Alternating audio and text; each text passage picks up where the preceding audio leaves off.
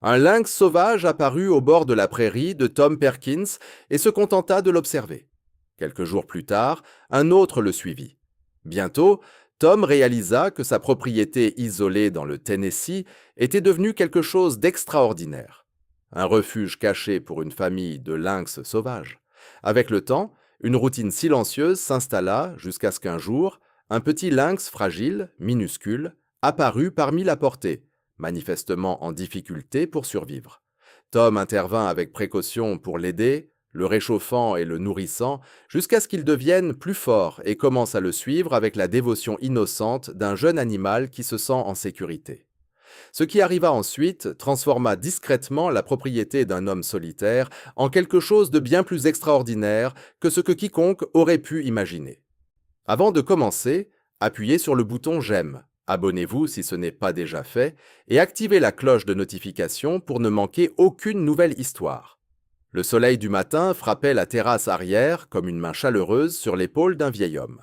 Tom Perkins était assis dans son rocking chair en bois avec une tasse de café noir, regardant la lumière se répandre sur la vaste vallée du Tennessee en contrebas de sa propriété. Le ciel était d'un bleu clair, sans le moindre nuage, et les arbres de cornouiller bordant la clôture venaient de commencer à fleurir. Des fleurs blanches qui sautaient dans la brise comme des morceaux de papier lancés du paradis. Nous étions en mai, et tout sur la montagne sentait la terre humide et le chèvrefeuille. Tom avait 63 ans et vivait seul sur cette propriété de 12 acres, à l'extérieur de Crossville, depuis presque 9 ans, depuis le décès de sa femme Patricia. La maison était une modeste cabane à 2 chambres située en retrait de la route du comté, bordée sur 3 côtés par une forêt dense et sur le 4e par une prairie inclinée qui descendait vers un ruisseau peu profond. Ici, c'était calme, parfois tellement calme que les seuls sons étaient le chant des cardinaux dans les pins et le bourdonnement lointain d'une tondeuse dans le comté voisin. Il aimait ce calme. Il avait passé 31 ans à travailler comme superviseur de maintenance à l'hôpital régional de Cookeville, entouré par le bourdonnement constant des lampes fluorescentes et le bip des machines. Et lorsqu'il prit sa retraite, le silence de la montagne lui sembla comme une sorte de remède. Il entretenait un petit jardin potager, nourrissait les oiseaux, lisait des romans western en format poche sur la terrasse et parcourait chaque matin la limite de sa propriété avant le petit déjeuner. Cela lui suffisait. Lors d'une de ses promenades matinales, durant la première semaine de mai, Tom la vit pour la première fois. Il revenait par le bord opposé de la propriété, là où la forêt rencontrait la prairie, lorsqu'une silhouette bougea dans son champ de vision. Il s'arrêta, plissa les yeux, et la vit, une lynx assise dans l'herbe haute à environ 40 mètres, l'observant. Elle était de taille moyenne, peut-être 11 kg, avec un pelage fauve parsemé de taches légères sur les côtés, et les oreilles à touffes caractéristiques qui rendirent les lynx inconfondables. Elle ne courut pas. Elle resta simplement là, parfaitement immobile. Ses yeux dorés fixés sur lui comme si elle essayait de comprendre de quel animal il s'agissait. Tom retint son souffle. Il avait vécu toute sa vie dans ces montagnes et avait déjà vu des lynx. Un éclair brun disparaissant dans les broussailles, une paire d'yeux brillant dans les phares d'un véhicule sur une route secondaire tard dans la nuit. Mais il n'avait jamais vu un seul rester à le fixer ainsi, calme et sans hâte, comme s'il n'avait nulle part où aller. Il ne bougea pas. Après ce qui lui sembla une minute complète, la lynx tourna lentement la tête, jeta un coup d'œil derrière elle vers la forêt, puis retourna dans les bois avec une démarche si fluide et silencieuse qu'on aurait dit qu'elle flottait au-dessus de l'herbe. Tom relâcha son souffle et resta là longtemps, fixant l'endroit où elle avait disparu. Et qu'au cours des 2 semaines suivantes, il la vit 3 fois de plus, toujours au bord de la prairie, toujours à distance, toujours sans bruit. Il commença à ajuster sa promenade matinale. Ainsi, il passait à la même heure chaque jour à cet endroit. Il ne s'approcha jamais d'elle. Il ne cria pas, ne laissa pas de nourriture, ne tenta pas de l'attirer. Il se contentait de suivre son itinéraire habituel, laissant la regarder. Vers la fin mai, un second lynx apparut. Celui-ci était plus grand, peut-être 14 kg, avec une carrure plus large au niveau du torse, un mâle. Tom le vit un soir assis sur une pierre plate près du ruisseau, en train de se nettoyer la patte avant avec la concentration calme d'un chat qui se sent maître du monde. Lorsqu'il remarqua Tom debout sur la terrasse à 50 mètres, il fit une pause un instant, puis retourna à ses occupations. Comme la femelle, il ne prit pas la fuite. Il fit simplement semblant d'ignorer Tom et continua sa vie. Tom se mit à lire sur les lynx. Il se rendit en ville et emprunta 2 livres à la bibliothèque, puis passa ses soirées sur la terrasse à apprendre leur comportement. Il découvrit que les lynx étaient solitaires par nature, que mâles et femelles ne se regroupaient généralement que pour se reproduire, et que leur territoire pouvait s'étendre sur des kilomètres, à travers la forêt et les champs. Il apprit qu'ils étaient d'excellents chasseurs, attrapant lapins, écureuils, oiseaux, parfois même de petits cerfs, et qu'ils étaient en général plus actifs à l'aube et au crépuscule. Il comprit qu'ils ne représentaient presque jamais une menace pour l'homme, qu'ils préféraient éviter la confrontation, et que leur présence sur une propriété était généralement un signe d'un écosystème sain. Ce qu'il ne trouva dans aucun livre, c'était une explication à la raison pour laquelle ces 2 lynx semblaient avoir choisi sa cour. En juin, il devint évident que le couple s'était installé. Tom trouva ce qu'il pensa être un site de tanière, une dépression peu profonde sous un grand chêne tombé à l'extrémité de sa propriété, partiellement dissimulé par un enchevêtrement de vignes sauvages et de fougères. Il vit la femelle y entrer et en sortir plusieurs matins. Il garda ses distances, au moins 15 mètres. Il n'approcha jamais directement de la tanière. À la fin juin, il vit pour la première fois les chatons. Il était assis sur la terrasse un soir, juste avant le coucher du soleil, lorsque la femelle sortit de la forêt avec 3 petits formes qui roulèrent derrière elle. Des chatons de lynx. Ils n'avaient pas plus de 6 semaines. Minuscules, au visage rond, avec des pattes surdimensionnées et des pelages plus foncés et plus fortement tachetés que ceux de leur mère. Ils se déplaçaient dans l'herbe comme de petits marins ivres, trébuchant sur des racines, sautaillant sur les queues des uns et des autres et battant l'herbe avec des coups maladroits. Tom posa son café et les regarda avec un sentiment qu'il n'avait pas ressenti depuis des années. Une sorte de joie impuissante, sincère. Celle qui vous prend au dépourvu et serre la poitrine. Patricia aurait adoré ça.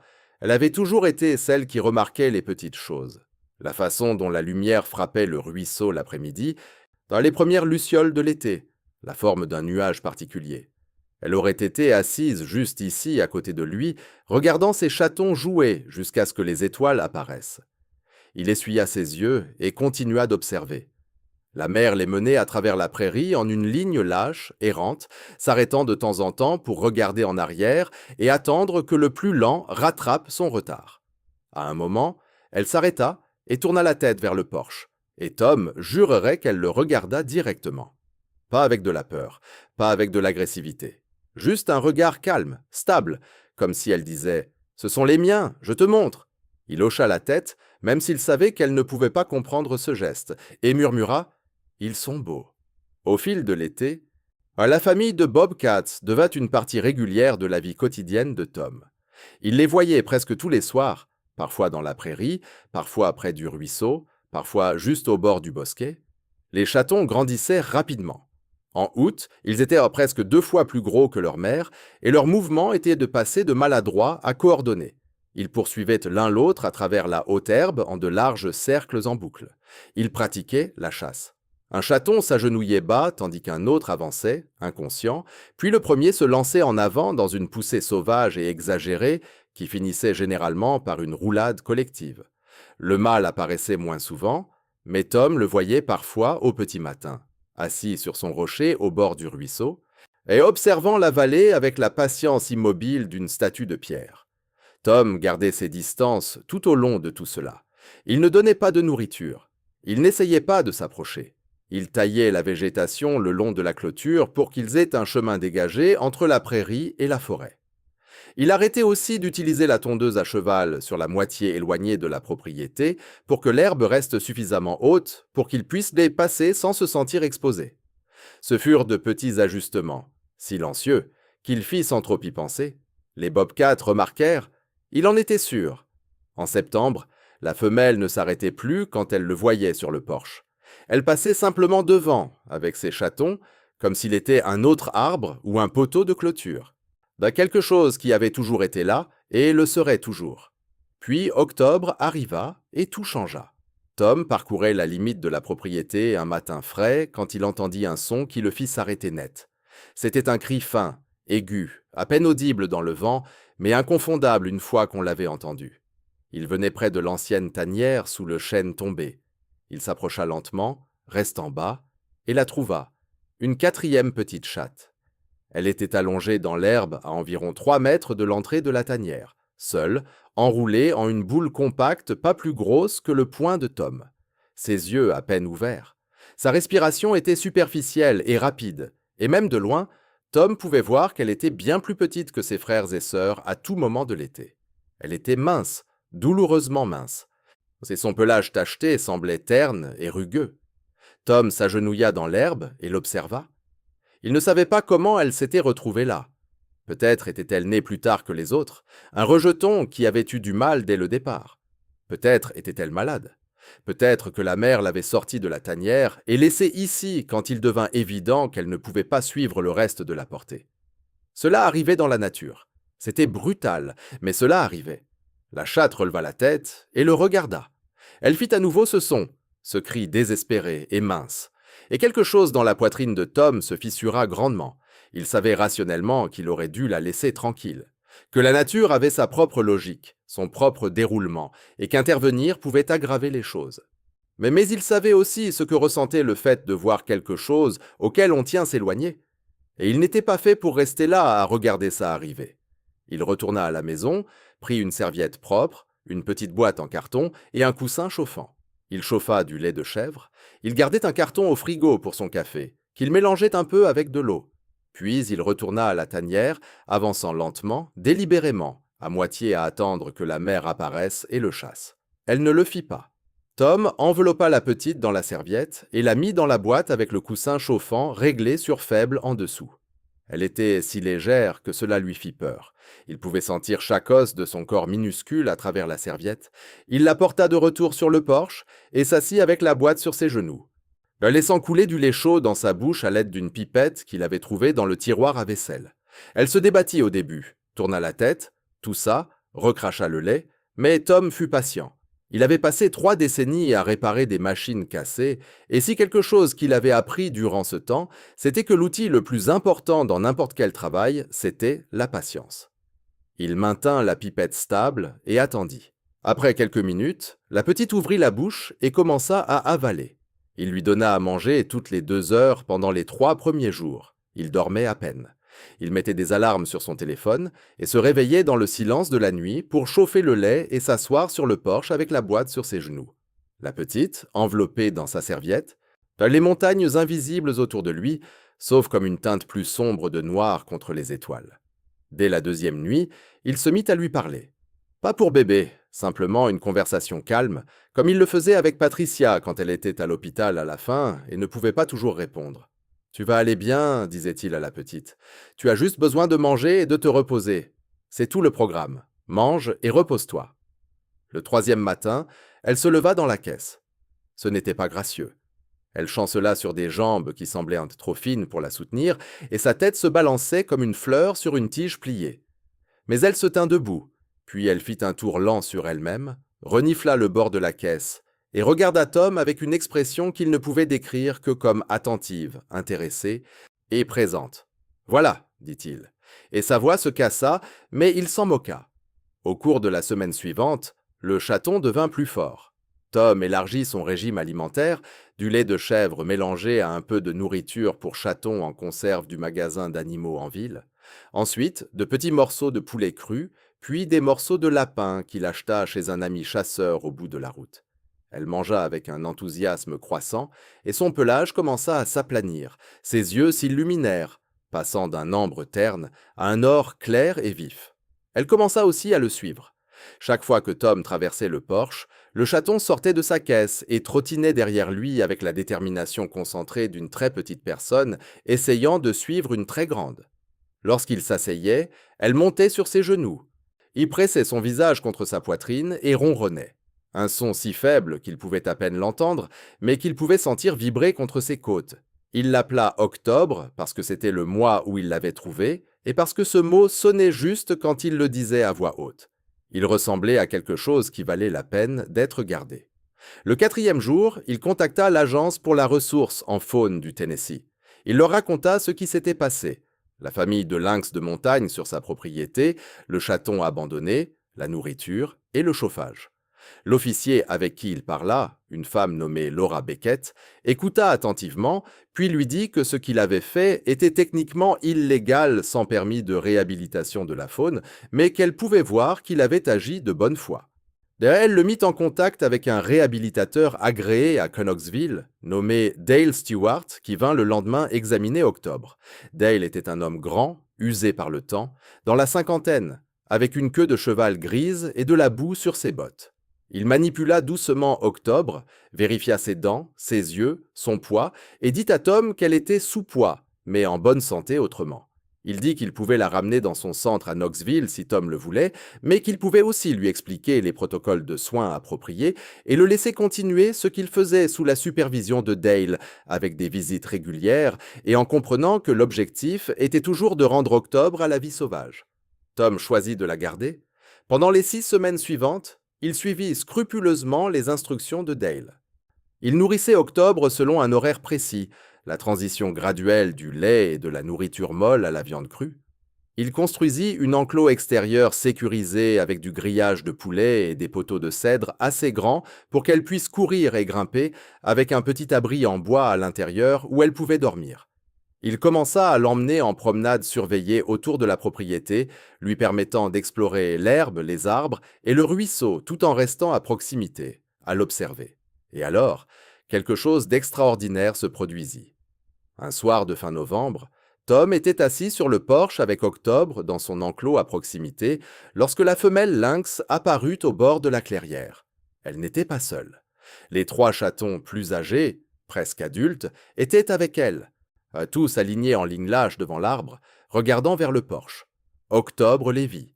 Elle se pressa contre le grillage de son enclos et émit un son que Tom n'avait jamais entendu auparavant. Un trille bas, presque comme un chant d'oiseau. La femelle lynx répondit par le même son. Puis, elle traversa lentement la clairière, les 3 chatons plus âgés la suivant, et s'arrêta à environ 4,5 mètres de l'enclos. Tom resta très immobile et observa. La mère lynx et Octobre se regardèrent longuement à travers le grillage. Ensuite, la mère baissa la tête, renifla la base de l'enclos et fit un léger bruit de frottement. Octobre répondit en frottant son visage contre le grillage de son côté. Tom ouvrit la porte de l'enclos. Il n'y pensa pas, il le fit simplement, et Octobre sortit, hésita un instant, puis s'approcha de sa mère sur des jambes qui ne tremblèrent plus du tout. La mère la renifla en détail, visage, oreilles, corps, queue, puis se retourna et se remit à marcher vers l'arbre. Octobre la suivit. Les 3 chatons plus âgés les rejoignirent. Au bord de la clairière, Octobre s'arrêta, jeta un dernier regard à Tom, puis se tourna et disparut dans la forêt avec sa famille. Tom resta longtemps assis sur le porche après cela. Il ne pleura pas, mais c'était tout proche. La nuit arriva doucement et chaudement pour novembre, et les étoiles brillaient très fort, et la vallée en contrebas était sombre et silencieuse, et il se retrouva seul à nouveau, mais pas pour longtemps. Les lynx revinrent, pas le lendemain ni le lendemain, mais en moins d'1 semaine. Tom vit la femelle et ses 4 chatons, dont Octobre. Y traversant la clairière en file indienne. Ils passèrent à moins de 7 mètres du porche, et Octobre fit une pause juste assez longue pour tourner la tête et le regarder avant de continuer. Cela faisait 6 ans. Depuis chaque année, les lynx sont revenus. Pas exactement les mêmes. Le mâle original disparut après la 2e année, et les 3 chatons plus âgés grandirent et dispersèrent pour établir leur propre territoire, comme le font les lynx. Mais la femelle revient chaque printemps, et Octobre revient avec elle. Elles ont eu de nouvelles portées. Tom en a compté au moins 10 au fil des ans, et chaque nouvelle génération semble arriver en sachant déjà que cet espace de 12 acres dans les montagnes du Tennessee est un endroit sûr. Tom les a vus grandir, changer, apprendre. Il a vu des chatons faire leurs premiers pas maladroits dans l'herbe de la clairière. Il a vu de jeunes lynx pratiquer leurs compétences de chasse sur des sauterelles, des papillons, et le rat malchanceux de temps en temps. Il a vu des mères porter leurs petits dans leurs mâchoires, avec une tendresse qui surprendrait tous ceux qui pensent que les prédateurs ne sont que des dents et des griffes. Il a vu des choses que la plupart des gens ne verront jamais, et il sait combien il a de la chance. Il ne comprend toujours pas entièrement pourquoi les lynx ont choisi sa propriété. Il y a des milliers d'acres de forêts et de terres agricoles autour de Crossville. Beaucoup d'entre eux sont plus isolés et préservés que son petit terrain de 12 acres. Dale Stewart lui avait dit un jour que les lynx étaient d'excellents juges de caractère. Et Tom avait ri, mais Dale n'était pas entièrement en plaisantant. Les animaux sentent certaines choses. Ils savent quand un endroit est sûr ou non. Ils savent quand une personne leur veut du mal, ou simplement quand c'est un vieil homme avec une tasse de café qui habite de l'autre côté de la montagne. Tom a maintenant 69 ans. Ses genoux lui font mal le matin et son dos lui cause des ennuis quand il se penche pour travailler dans le jardin. Il se déplace plus lentement qu'avant. Mais chaque matin, il parcourt encore la ligne de propriété. Et chaque soir, il s'assoit toujours sur le porche et regarde le pré. Et quand les lynx apparaissent, la mère en tête, les chatons qui tombent derrière, il ressent encore cette même joie désespérée et sincère qui l'avait frappé la toute première fois. Il s'est fait une promesse à lui-même et à eux. Tant qu'il vivra sur cette montagne, l'arrière-cour restera silencieuse. Il ne développera pas le pré. Il ne couperait pas le vieux chêne tombé. Il ne répandra pas de produits chimiques sur l'herbe, ne mettra pas de lumière vive, ni ne fera aucune de ces 100 petites choses qui diraient à un animal sauvage que cet endroit n'est plus sûr. Il le laissera tel qu'il est, un refuge, un point de passage, un lieu où une famille de lynx peut élever ses petits et se déplacer dans le monde sans crainte. C'est, pense-t-il, la chose la plus importante qu'il ait jamais faite. Au printemps dernier, lors d'une chaude soirée d'avril, Tom était assis sur le porche lorsque Octobre apparut au bord du pré. Elle avait maintenant 6 ans, une lynx adulte dans la fleur de l'âge, élégante et puissante, et rien à voir avec le petit chaton à moitié mort qu'il avait sorti de l'herbe toutes ces années auparavant. Derrière elle, trébuchant sur des jambes toutes neuves, il y avait 2 chatons à elle. Elle s'arrêta au bord du pré et le regarda. C'était le même regard dont il se souvenait de leur première rencontre. Calme, posé, sans peur. Puis elle marcha lentement à travers l'herbe vers le porche, ses chatons suivant, et s'arrêta à environ 3 mètres. Elle s'assit. Ses chatons s'assirent à côté d'elle. Et pendant un long moment silencieux, tous 3 le regardèrent simplement. Tom posa sa tasse de café et la regarda en retour. « Bienvenue chez toi, dit-il. » La lumière était dorée et faible, ce genre de lumière qui rend tout ce qu'elle touche chaud, et les montagnes derrière eux étaient douces, brumeuses et infinies. Et la soirée était si calme et parfaite que le monde entier semblait retenir son souffle. Octobre cligna une fois lentement, comme le font les chats quand ils ont confiance en vous. Puis elle se tourna et guida ses chatons à travers le pré et dans les arbres. Et Tom resta là à regarder jusqu'à ce que la dernière pointe de queue tachetée disparaisse dans le vert, que la vallée en contrebas se remplisse de crépuscule et que la première étoile apparaisse au-dessus de la crête. Il prit sa tasse de café et en prit une gorgée. Elle était froide, mais cela ne le dérangeait pas. Certaines choses valent la peine de rester immobiles.